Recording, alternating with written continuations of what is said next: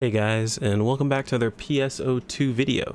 So in today's video we have some really cool news. I've actually been holding off making this video because previously, I'm actually gonna go back really quick. So before, we got a shorter post on this, again of course, thank you for the Ricardo, on the station recap number 30, showed just this little bit of information. It wasn't a whole lot, but it's just a bit of info, right? Some cool stuff we see here. We're gonna go over it on this next spot, but just recently today, I was linked to some information by my Discord. So again, shout out to the Discord bros. Someone who goes by the name Harriet on my Discord. I think only specifically because they have a Harriet cosplay for their PSO2 character that they do pretty funny stuff with when it comes to episode 5 story. But they have not specified a different name for me to call them by, so I will call them Harriet. Harriet has linked me a bunch of information, a few screen grabs of the live stream and a couple other things about primarily things we'll be seeing in episode 6. And I wanted to share that stuff with you guys. Now, I can't share all of it with you guys, unfortunately. I'm gonna go ahead and do that right there really quick, and we'll come back to that in a moment. Because some of it is screenshots from the live letter. Wow, wrong game. From the live stream. Sorry, I also play a lot of Final Fantasy 14, and they do live letters for their information and their content. So, but some of that's from the live stream, which you guys know SEGA is very strict on uploading any of their copywritten. I don't want to say information, but their copywritten content on YouTube, even if you show pictures of a live stream and talk about them in a sense of a informative matter and credit them, you still will get copyright strike, and we don't want that. So we're going to be linking some of these pictures in the video description for you guys to check out on your own time. There also are in Discord as well, so if you guys aren't a part of the Discord, make sure to jump into that. You guys will get to see this information in real time. This has been up in my Discord for about a couple hours now. I'm just now getting off work, so I'm just now making a video about it. But I have blabbed on for long enough. Let's get into the good stuff. We're going to cover this in a minute here, but there are some balance changes coming on the 24th. SEGA has released their own balance info on April 12th for episode 6. Info link below. So let me make sure this isn't just the same thing. It is just the same thing. Yeah. Oh no, this isn't just the same thing. This is just the recap letter itself. This is the actual balance changes. So starting out, a couple things are going to be swapping around. First change is starting PAs for the Hunter and Braver class I believe okay, so it's changing from Twister Fall and Overrun to Rising Edge and Nova Strike, which I think are much better PAs to start with as a Hunter. You have a bit of single target with Rising Edge, you have a bit of AoE with Nova Strike, which is a good setup to go with. Twister Fall and Overrun were interesting choices. I suppose Overrun could be considered your AoE and your single target for certain setups, and then Twister Fall more your single target. I don't know. I'm not a Hunter main as much as my Twitch chat loves to meme about it. And Braver, they're actually removing, they're swapping from Gurren to, what is that? Sanska? Or Sanska? I don't know. I don't play Braver and I don't use that ability. So Gurren was okay with me to start with, just because it was movement and it was damage at the time. So it worked. Wasn't half bad. It wasn't Soccer Endo type 0, but it wasn't half bad. They're also adding 2 more skill rings. We're adding the it's a Wire Lance mode, left ring. Wire Lance grapple PAs won't require grappling an enemy to execute the PA, so you won't have to grapple something to be able to use the grapple abilities. I think this is most notable for the PA where it grabs something and spins in a circle. I think people use that one a lot. And a wand change looks like by having wand gear changes the wand's attribute to the attribute of the charge technique. This excludes support techs specifically. I'm not sure if they already had this ability in and it included support techs. I don't remember exactly probably what it is, but this is pretty good, I guess, for techers who don't want to switch their wand type by casting buff spells and support techs. So that's pretty cool. I'm assuming this won't count for Megaverse, Zanverse, Shifta, D-Band, Resta. Hopefully it won't count for those techs specifically. As long as it doesn't count for those, that's actually a really good change for Tekker, and it might make them want to care more about the wand elemental change. Because I've been told that Tekkers care very little about it since it changes whenever they use buffs and things like that. Again, this is what I have heard, not necessarily what I have experienced, because I don't play Tekker. It's not what I do. But let's get on to the good stuff. Some more changes. These are balance adjustments. Hunter skills. Warbrave will be changed from max level 1, will be changed from max level 5 to max level 1. It will retain the same effect, meaning it will need less points. So more points to play around with Hunter. Hunter gear boost changed, max level 1. Again, more points to play around with. Guard stance advanced, effect time increased, meaning those who play guard stance style, utilizing, of course, ignition parries and charge parries, it looks like the effect from guard stance when you get a parry or get a block, actually it's a successful parry because the blocking within a second of being hit, I believe, is exactly how that works out. But essentially that time will be increased, which is awesome. And then charge parries is also going to max level 1, retaining the effect of level 5. So that's cool. That's what it used to be, I think, 15 points for the price of 3. That's insane. Wait, War Brave, 1 point. War Brave. No. War Cry, and then War Brave.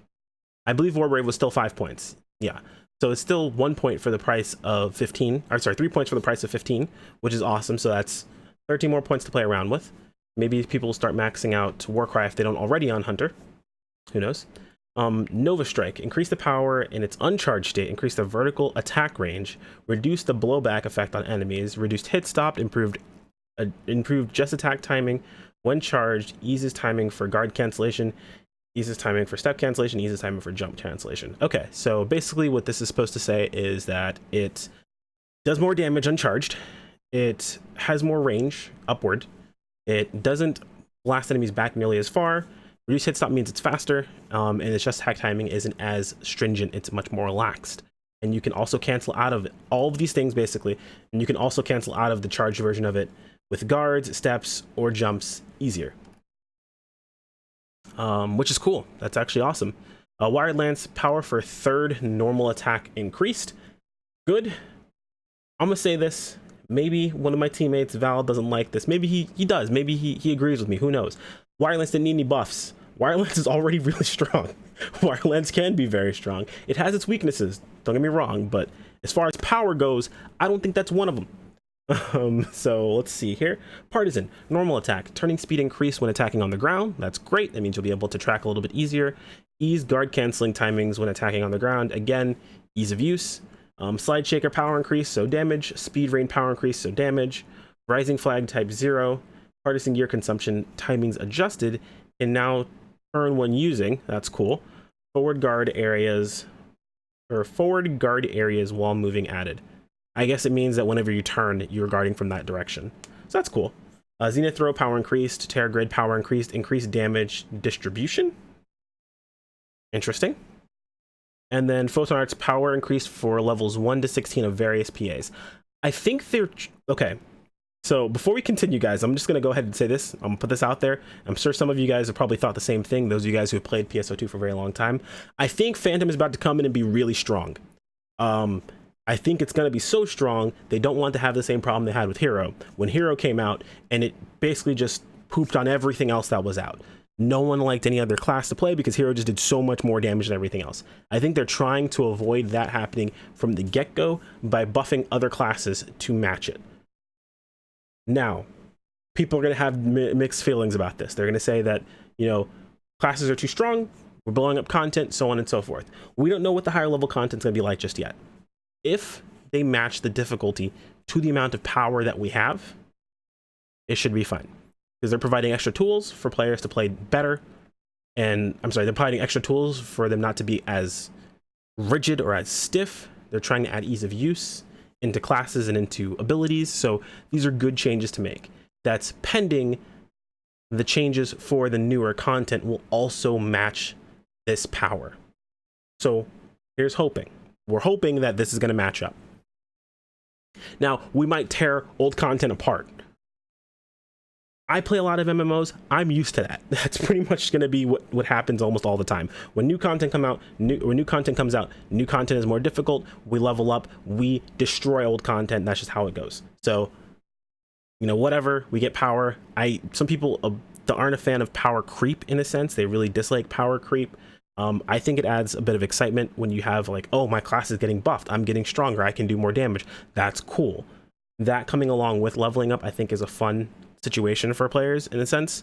That pending the power of monsters also matches that power creep. So as long as the power creep isn't too high above the actual monster power creep and it evens out, it's almost like nothing really happened, and it just kind of creates this bit of limbo for the players where they feel like they got stronger. They feel like their enemies got stronger and they got stronger to match the enemies, which I think is cool. So moving on anyway. Fighter, no changes whatsoever. They just got more power. So power increase for levels 1 through 16 of various PAs. That means normal attacks didn't get touched. That means no changes for their timing on any of their abilities. I'm a bit disappointed by this. Not that I think Fighter had any problems. I think Fighter is too much risk for too much reward. And let me explain what I mean by that. Fighter played absolutely perfectly without any problems whatsoever. Is a powerhouse. It does tons and tons of damage. It just absolutely explodes out damage. But the risk is so high on Fighter. Like, is super high to the point where it almost feels a bit unfair in certain situations. Now, granted, players manage that by having certain amounts of HP pools, by playing certain ways, by having certain abilities available to them. Some, you know, like taking specific abilities over others. It just depends on the situation itself. But I think there is still a better way to do this. I don't think it's perfect. I don't think it's bad, but I don't think it's perfect. I think it needs a little bit more work. But Fighter, you're just getting a bit buffer with your PAs. Cool. Unfortunately, not too exciting. I'm sorry for fighters. Ranger, normal attack, fall speed reduced when attacking in the air during the third normal attack. So you're not going to fall down when you're in mid-air normal attacking. So one of the problems was when you were a ranger with an assault rifle and you'd shoot, when you got to the third normal attack, there'd be a bit of a delay where you'd start to fall a bit. That's no longer going to be happen. It looks like, that's no longer going to be a problem. It looks like you're going to retain your same height as long as you're attacking normally through your, with your just attack timing properly. You shouldn't fall down. Piercing shell, fall speed reduced when in the air. Grenade shell, fall speed reduced when attacking in the air. 1 point, I almost thought that said on point, but 1 point power increased, and fall speed reduced when attacking in the air. Diffuse shell, fall speed reduced, and then impact slider, power increased. So it looks like all the abilities that had issues with starting to fall are being alleviated a bit, and then normal attacks are straight up just completely reduced. It almost as if you're not moving at all in the air. Now, I didn't see other abilities. I saw the normal attack in one of the videos, which I'll try to get a link for you guys in a little bit too. I'll probably put that in the video description. But I saw the normal attack and you sat perfectly still in the air. No problems whatsoever. So I'm assuming maybe the other abilities are like that too. Hopefully. Launcher just got power. Let's see. So concentrate 1, power increased. Cluster bullet, power increased. Tracker bullet. Interesting name. Range extended. And then flame bullet, power also increased. So they got some power damage buffs and then a bit of range. Techer.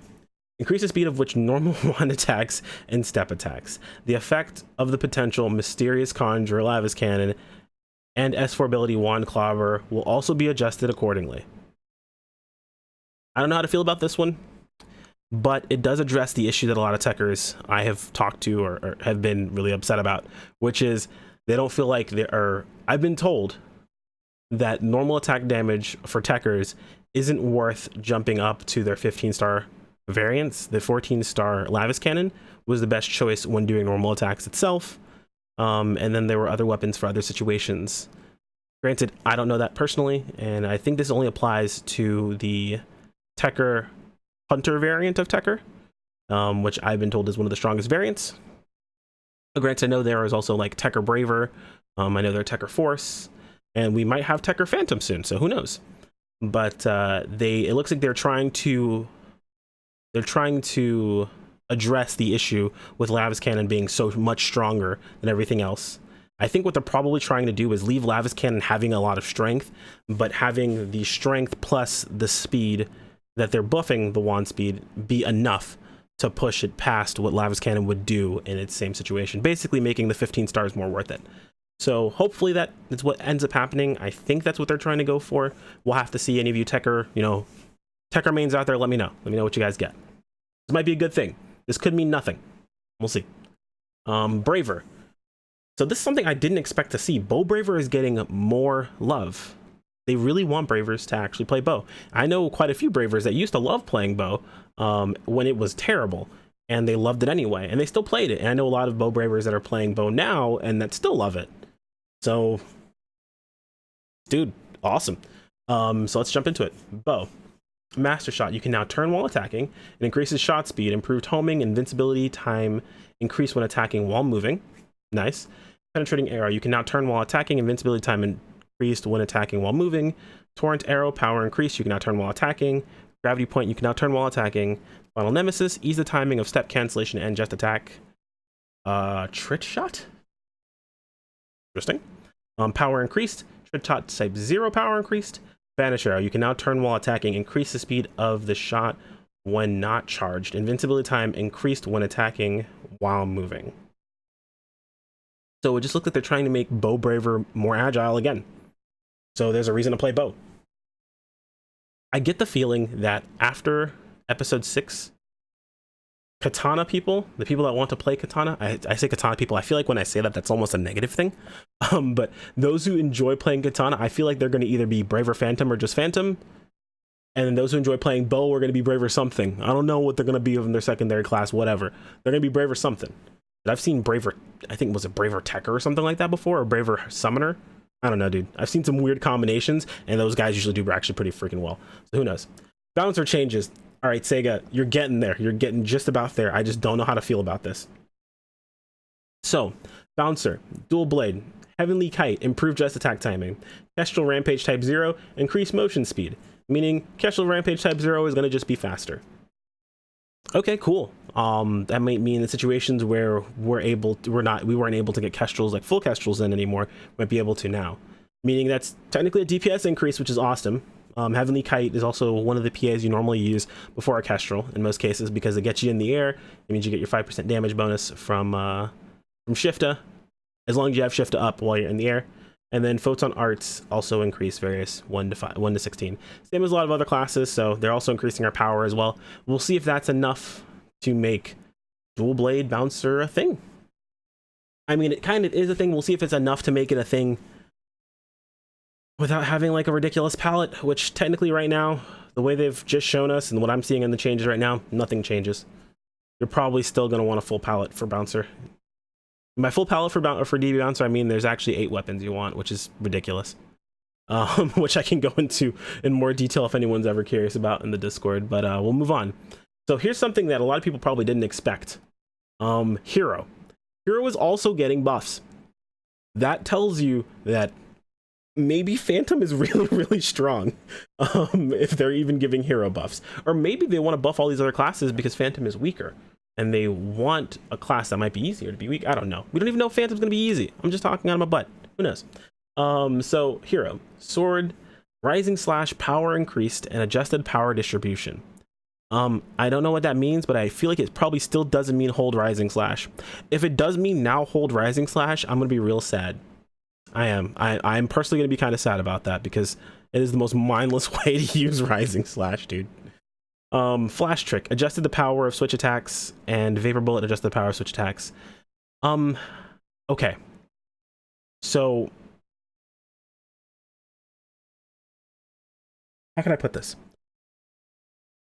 I see why they made those changes for Flash Trick and Vapor Bullet. They want you to use those abilities to switch weapons. And to be honest, heroes I see that are playing well normally do, but you still don't have to. So I get it, Sega. I get where you're going for with this situation itself, but I feel like you could have done it differently. I feel like instead of adjusting the damage of those abilities themselves from the switch attacks, actually, you know what? I think what they're trying to doesn't happen. So I'm actually gonna call out to you guys here on this one. I think, if I remember correctly, when you Flash Trick and when you Vapor Bullet into another one of your weapons, I believe there's an attack that happens when you swap weapons as well, like when you swap into the weapon, not just like the Vapor Bullet or the Flash Trick, but like going into the next weapon itself. I believe there is some form of an attack there. Maybe I'm wrong about that. It might just be that they switch into the weapon itself and then you can move on to your next PA. But what I feel like they should have done is using Flash Trick or Vapor Bullet will increase the damage of, or that you deal with the weapon you switch into for a short period of time, and then that's canceled upon forcefully switching weapons. I feel like that would actually take care of a lot of issues that people have with hero design-wise, which is supposed to be swapping between weapons and dodging abilities consistently. Basically trying to incentivize you to use these abilities to swap your weapons and actually think about what ability you're going into, or what weapon you're going into next. So there's that. And then you see we have also Twin Machine Gun's Final Storm. Its attack range has been extended and added guard frames in all directions when activated. So Final Storm, it's the ability where they kind of like flip upside down and kind of bounce and shoot in all directions. There's guard frames on that now, so that's kind of cool. Second Edge can now turn in use, added invincibility frames on action, adjusted the power of switch attacks, and then Moment Trick, power increased, adjusted the power of switch attacks.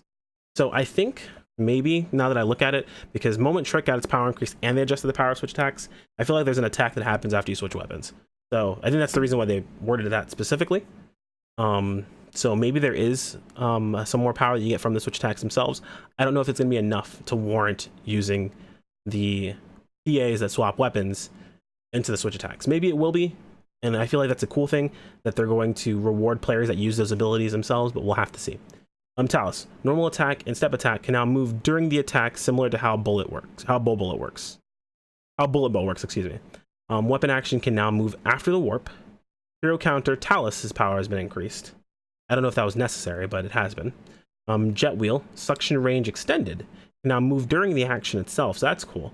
Whenever, if you guys didn't know this, but whenever you use jet wheel, it pulls the enemy towards the center of jet wheel. You can now the suction looks like it's larger. I say that because I didn't know that very much when I played hero, as I didn't really use it for that in most situations. Wise Hound power has been increased. Dive bullet, the power of switch attacks has been increased.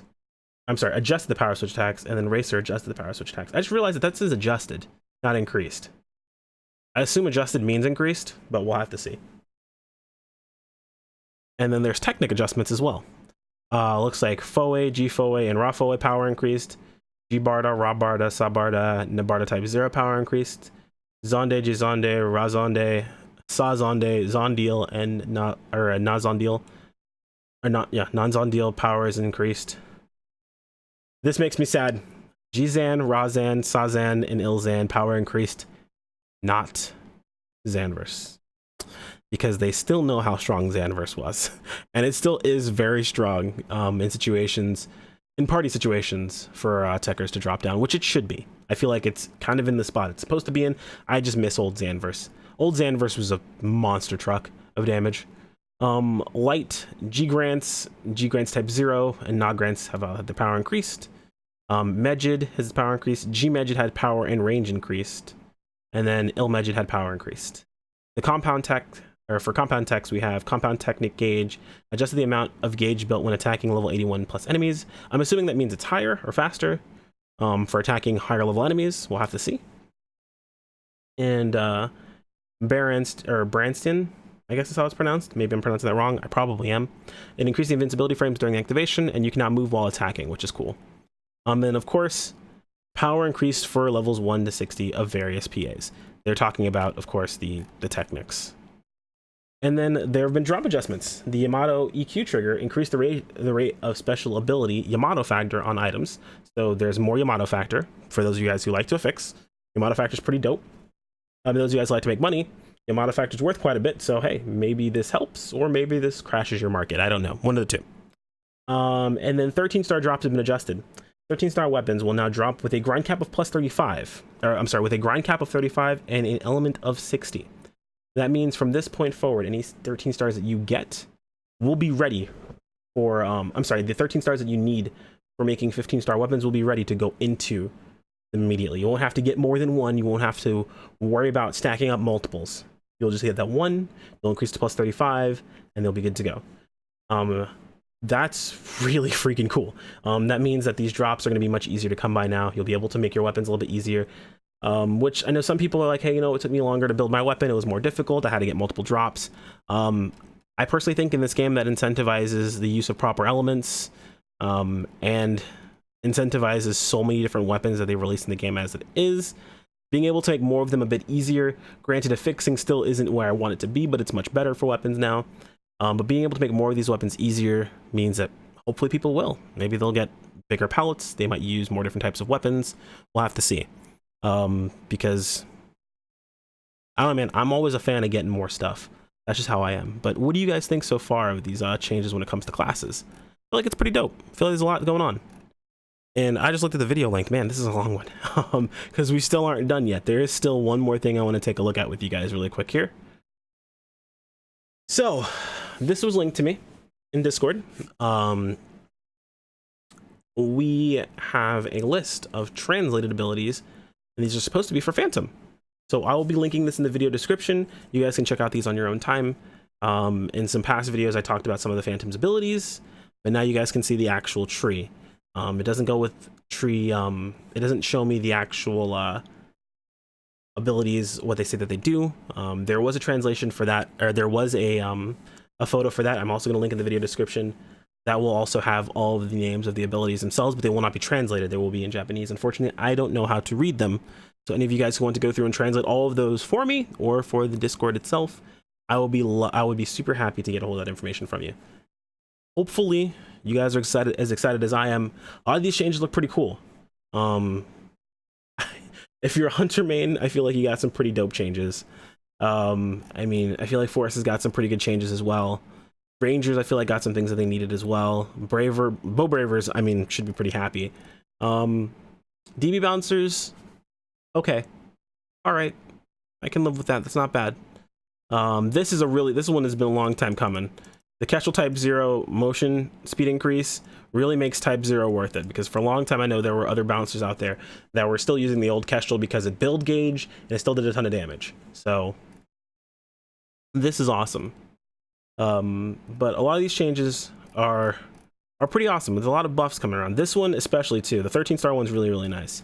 But all of this is with a clause. Two things. One, I really, really hope the enemies are going to come up to match this.